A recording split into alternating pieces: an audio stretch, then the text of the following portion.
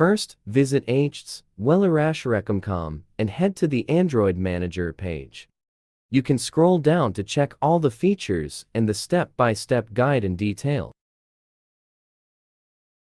After that, click the Back to Top button. Click the Try for Free option to download it on your computer. Double-click the iReaShare Android Manager installer to install it on your computer by following the step-by-step guide.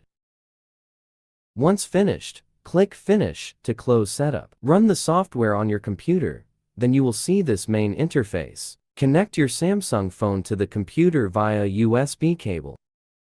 The software will quickly recognize your Samsung phone. If prompted, please click OK or Allow on your Samsung phone to make sure the connection is established. After that, data on your Samsung phone will be scanned out and displayed on the interface. Click Apps User Apps, then you will see all apps on your Samsung phone.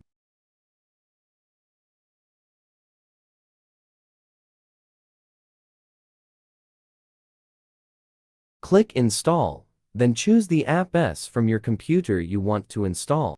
The APK file S will be installed on your Samsung phone directly.